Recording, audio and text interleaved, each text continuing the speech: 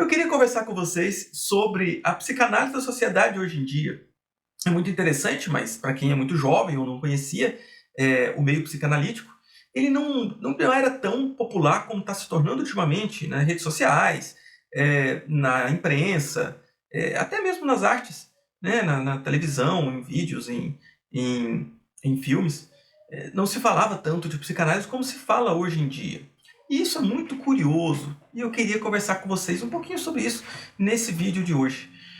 Eu sou o Dr. Saul, eu sou médico e psicanalista, sou sócio fundador da Iniciativa de Formação em Psicanálise, e a nossa missão é ajudar você que está se iniciando na formação analítica a, de fato, se tornar um psicanalista bem-sucedido, pessoalmente, profissionalmente e, claro, financeiramente.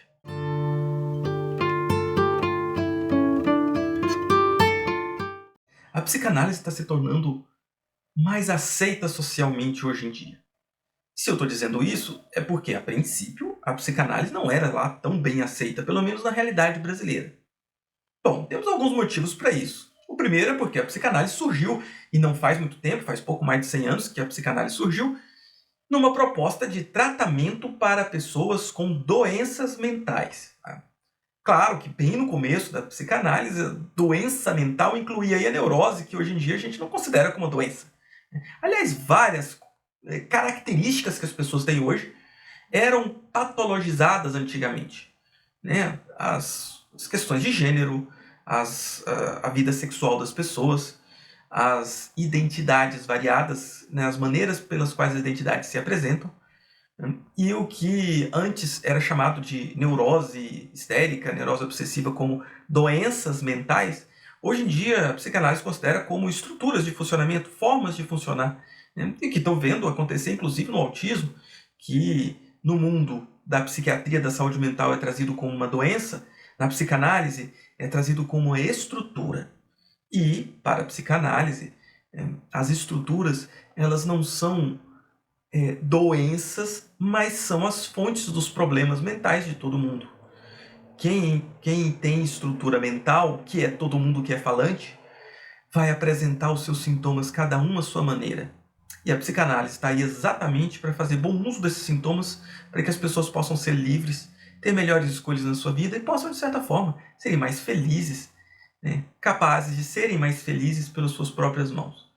Então, numa proposta assim, para um mundo cada vez mais diverso, a psicanálise provavelmente está se tornando uma opção bem interessante.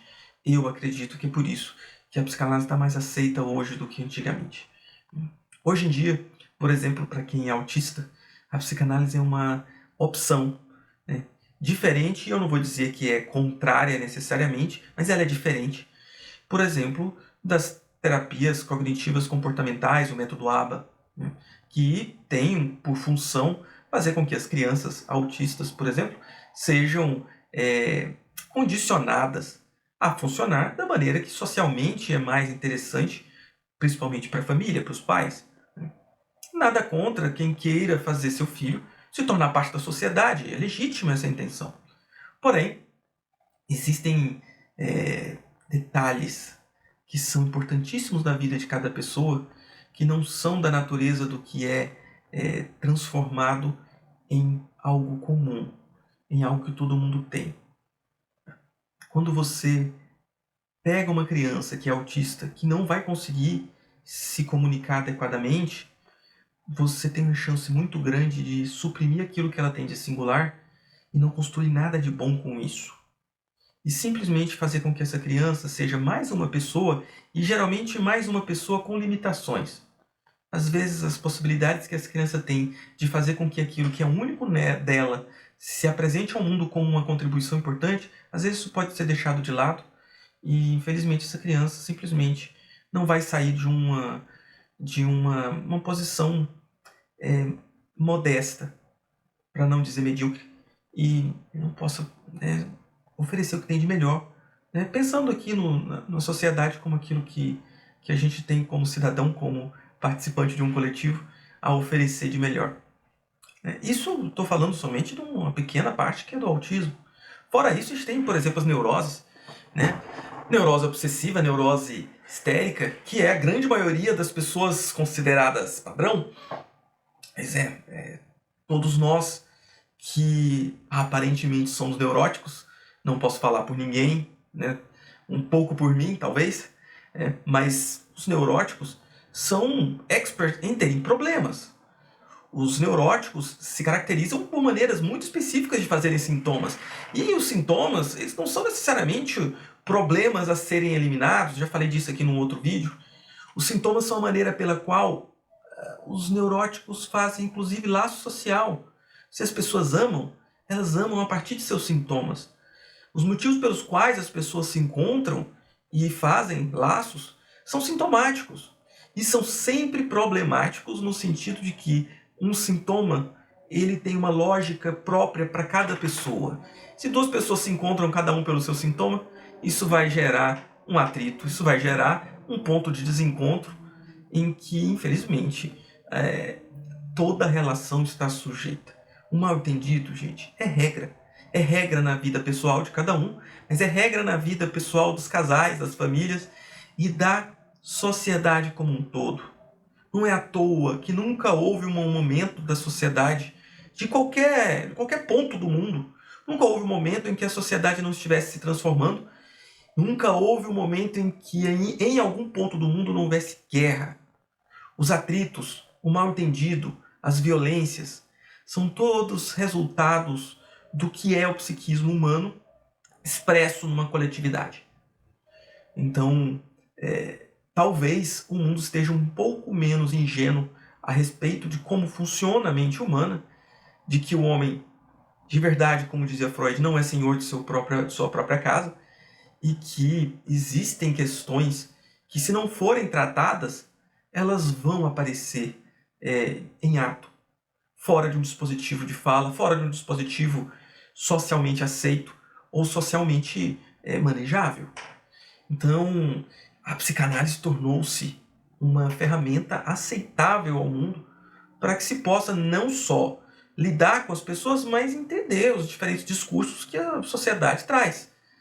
Eu já falei aqui no outro vídeo também que o discurso da psicanálise é extremamente útil quanto discurso transversal para fazer avançar a ciência, fazer avançar a religião, fazer avançar as discussões sociais, a arte, né, a própria vida das pessoas, a maneira de ver o mundo, né, a maneira de coexistir.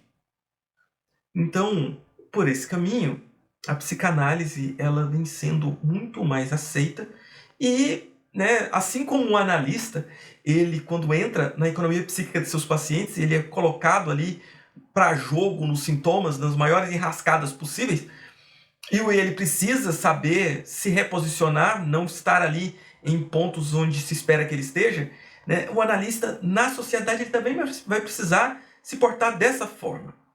Então você que está iniciando uma formação analítica, eu convido que você pense assim na sua posição também na sociedade. Você não pode simplesmente agir a partir de sensos comuns enquanto um analista.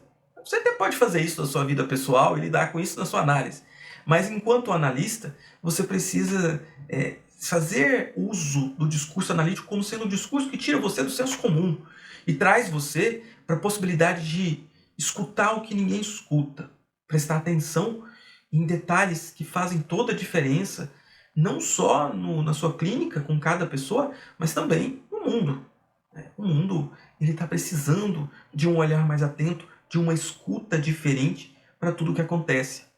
A gente sabe que a política está se tornando muito mais popular, não é à toa. Ela está muito mais ativa na vida das pessoas e as pessoas estão muito mais ativas na política, estão fazendo muito mais pressão, estão entrando nas discussões políticas com muito mais força, com muito mais libido, e isso é bom de certa forma, mas é necessário que os analistas nessa esteira, né, não abram mão de sua posição, né, estejam ali como figuras que fazem a diferença, e quando eu digo fazem a diferença, né, eu digo também que fazem a diferença como ponto de vista diferente, capaz de contribuir com um diálogo com elementos que outros não vão trazer, porque não estão nesse lugar, nessa capacidade, com essa habilidade discursiva de trazer aquilo que é singular para o coletivo. Aí entra também a questão de que a psicanálise ela tem essa capacidade de fazer uma ponte, né, na linguagem mesmo, entre aquilo que é singular e aquilo que é do coletivo, aquilo que é capaz de ser observado por todos os outros.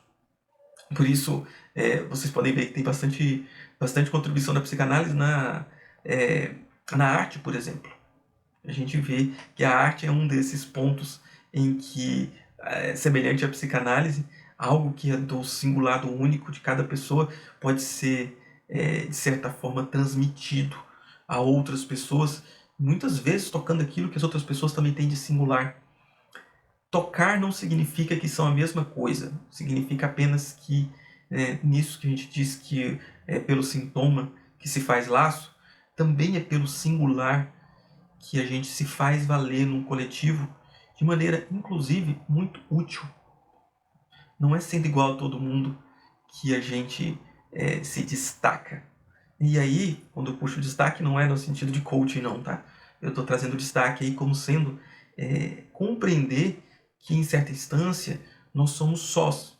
Naquilo que nós temos de singular, naquilo que somente a gente é capaz de compreender, se for possível compreender, no que há de singular em nós mesmos, isso somente a gente vai ter capacidade de fazer. E a gente é cada um de nós enquanto analisando-os.